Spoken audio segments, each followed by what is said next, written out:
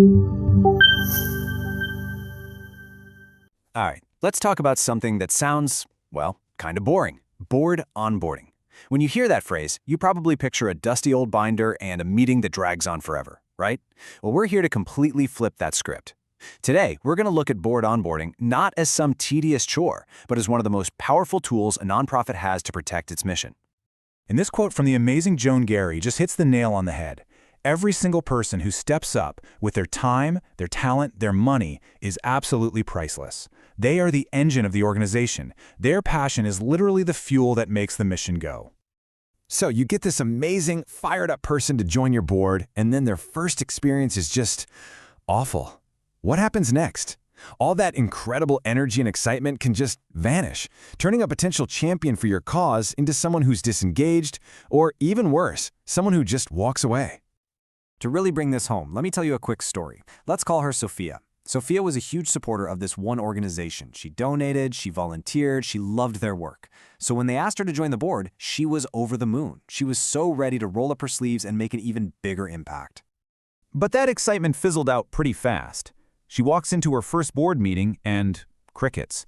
No welcome, no packet with her name on it. They just jumped right into a super intense debate, and she had no idea what they were even talking about. They just pointed to an empty chair and told her to grab the binder from some member who wasn't there. She was totally lost. I mean, it was exactly like trying to start a book on page 300. The organization she was so excited to help lead suddenly felt like this exclusive club she wasn't invited to. And the result? Sophia was gone before her first term was even up. A massive and 100% avoidable loss for their mission. And look, Sophia's story isn't some rare, isolated incident. It's actually a symptom of a much, much bigger problem that's happening all across the nonprofit world. When you look at the data, it's pretty shocking. And this is where it gets really stark.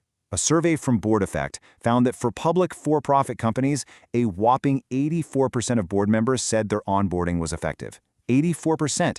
Now, what about for nonprofits? That number plummets to less than 50%.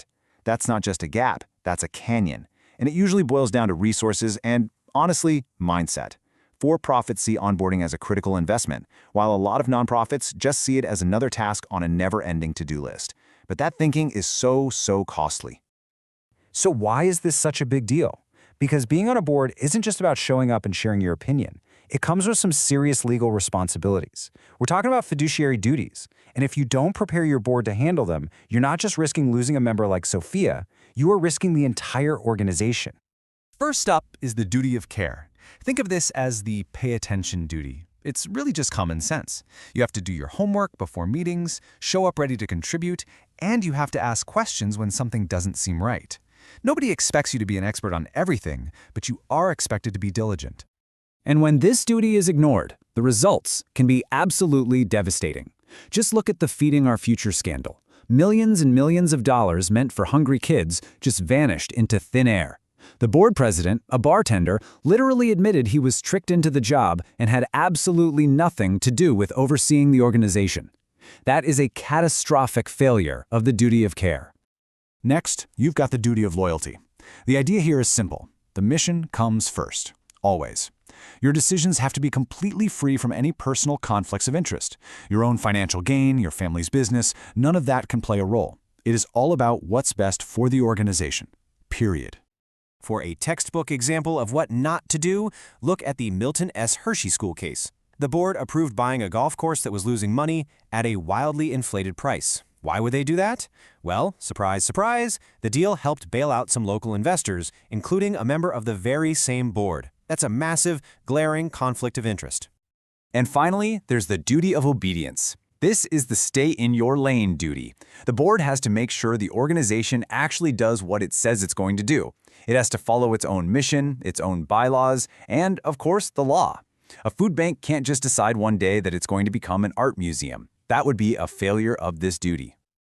Okay, so we've seen the problem, we've seen the scary legal stuff, but here is the really good news. Fixing this is not rocket science. It really just boils down to a clear, actionable blueprint, and it all starts with a simple two-part plan. And here it is, the whole plan broken down into two easy pieces. First, you've got the toolkit. This is the board binder or maybe a digital folder with all the must-have info they need before the orientation. And second, the experience. This is the live session, and it's designed to be dynamic, inspiring, and way more of a conversation than a lecture. So let's start with that toolkit. The number one goal here isn't to drown them in rules and regulations. No, the first job is to connect them to the heart and soul of the organization. You want them to get the why and feel genuinely proud of what they've just signed up for.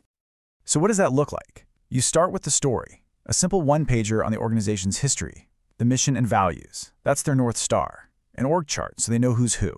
And, this is the most important part, program highlights and client stories. You want them to feel the impact that they are now responsible for protecting. Okay, once they're feeling all fired up and inspired, then it's time to give them the tools for governance. This is where you make everything super clear, where you lay out the expectations so they can step into those legal duties with total confidence. And this part is all about clarity. No ambiguity. You need a document that spells out board responsibilities, the bylaws, which are basically the organization's instruction manual, and the conflict of interest policy. You also have to include the latest financials so they know the score, and a clear statement on what's expected of them for fundraising. Zero gray area. Now for the main event, the live orientation. This agenda is all about engagement. You kick it off with real introductions, getting everyone to share, not just the new folks. Then you bring the mission to life with a powerful story or a short video. The executive director makes it personal by sharing exactly why each new member was chosen for the team. The board chair clearly reviews the rules of the road, and you wrap up by preparing them for their very first meeting. And of course, leaving plenty of time for questions. But here's the thing. A great 90-minute orientation is fantastic, but it is not the finish line. Not even close. The best organizations out there know that onboarding isn't just a day. It's the beginning of a long-term journey of connection and growth. This quote says it all, doesn't it? Onboarding isn't a one-time event. It's an intentional process. That's the key word. You're not just checking a box on the list. You are building a relationship. You are investing in a leader for the long haul. So what does that look like in the real world? It's pretty simple, actually.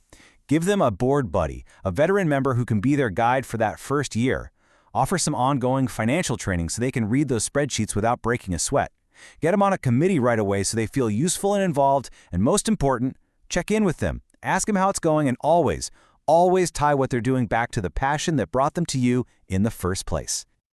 And that really brings us to the final, most important question. A great onboarding process does more than just inform. It transforms. It takes someone's role from being a simple obligation to being a true mission guardian. So, the question I want to leave you with is this. Are you just filling seats on your board, or are you building a dedicated team of guardians for the cause you care so much about? The choice and the process is all yours.